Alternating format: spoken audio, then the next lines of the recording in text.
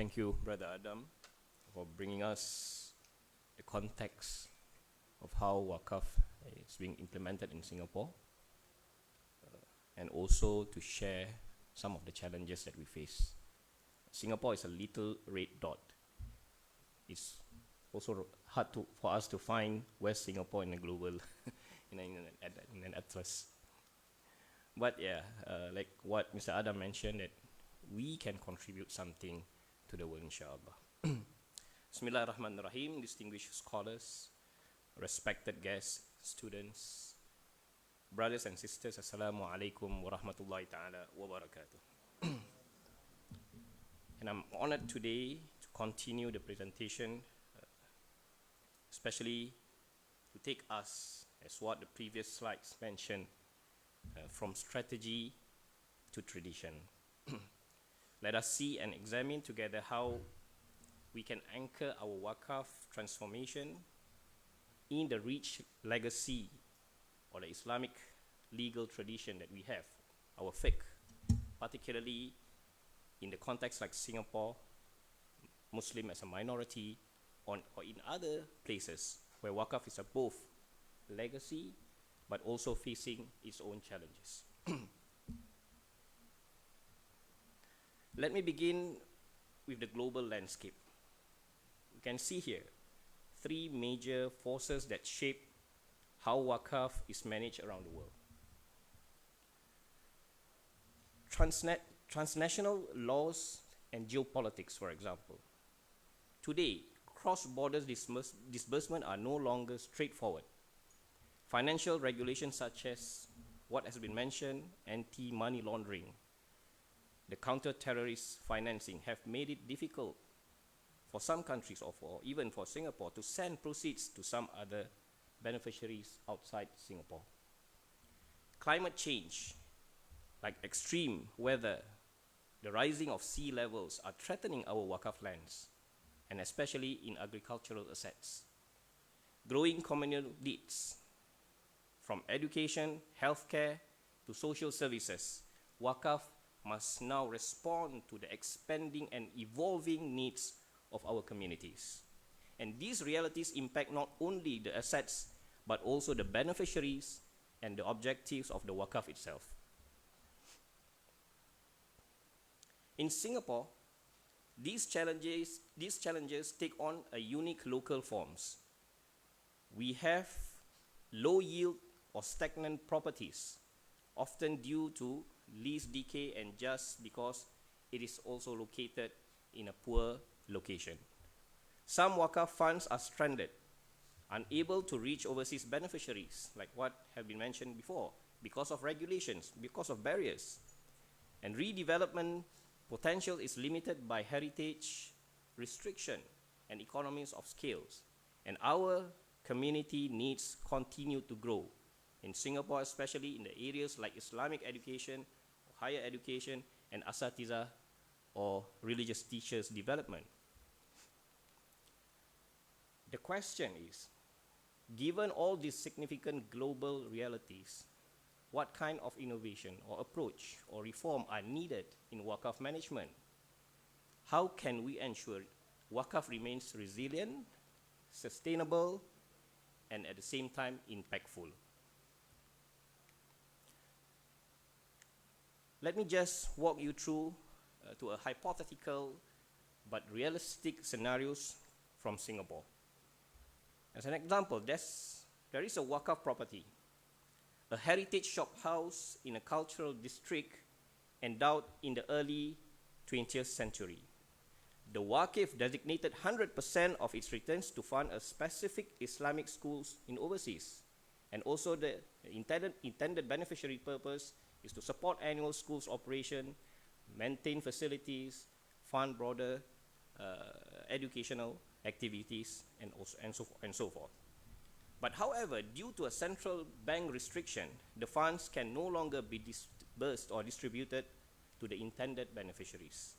And meanwhile, the property is underperforming and constrained from redevelopment. So what can we do? Do we just wait and see? Or can we think of something and come up with a better strategy?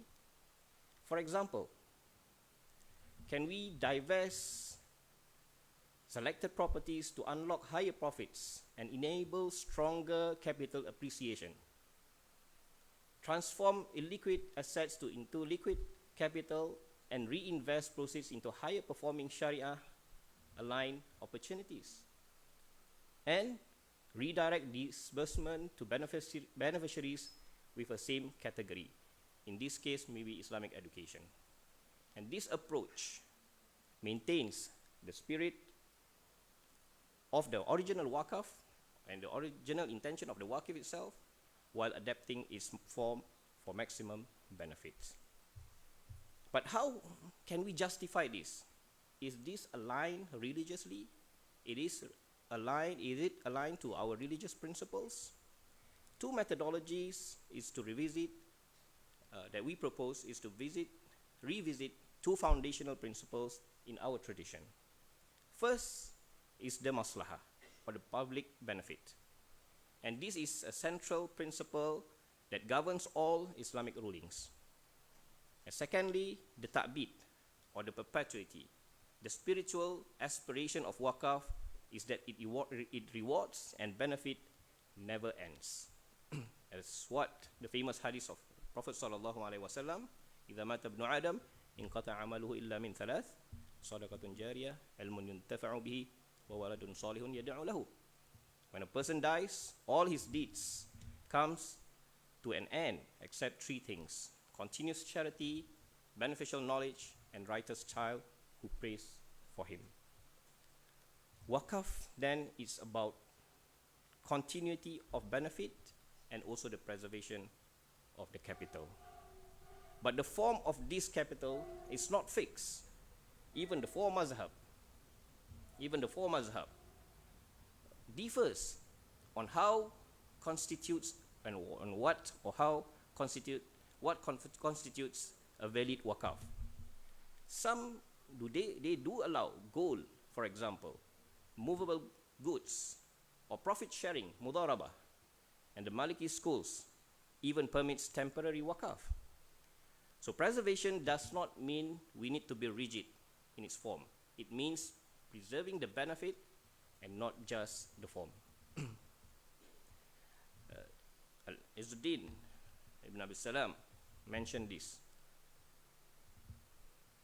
When the maslahah is great, the general legal rules are overridden in order to realize the maslahah. And Imam al-Qarafi famously said, Al-waqf li ghayri maslahah abath. A waqf without maslahah is futile.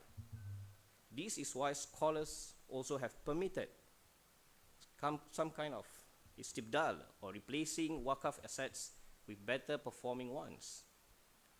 Cash waqf, movable assets, and short-term or lease lot waqf, especially in a modern urban setting like in Singapore. And all of these come back to one question: is the benefit continuous? Is it meaningful and within the donor's intention? Yes, we know and we realize the famous statement, Shart al-Waqif kanasu shari'. The stipulation, shurut of the Waqif are equivalent in way to the divine text. But what about understanding of this text itself? We need to understand the interpretation and endower's condition, and it is our obligation to implement and respect the conditions of Waqif. But scholars like Ibn Bayyah, Al-Qaradawi, Ibn Hajar Al-Haythami cautious us. Sheikh Ibn Bayyah mentioned in his book, Al-Aslu Mura'atul Qasd Duna Lafzihi. The foundation lies in observing the intent of the Waqif and not merely his verbal expression. Imam Al-Qaradawi also mentioned about the Waqif. The Waqif asks for the land to be used to grow crops like corns or barley, but later those crops are no longer profitable, then it is acceptable to grow something else that brings better returns. As famous Maliki jurist Abdusi said, if the Waqif were alive today and this proposal were presented to him, he would approve it and find it commendable. This gives us some permission to interpret condition in a way that aligns with the original purpose, even if the exact form can be changed. And two questions also we need to ask ourselves. We must also be clear and understand clearly what is the maqsid of the endowed asset, or the mawquf, and who is the mawquf alayh, the intended beneficiary.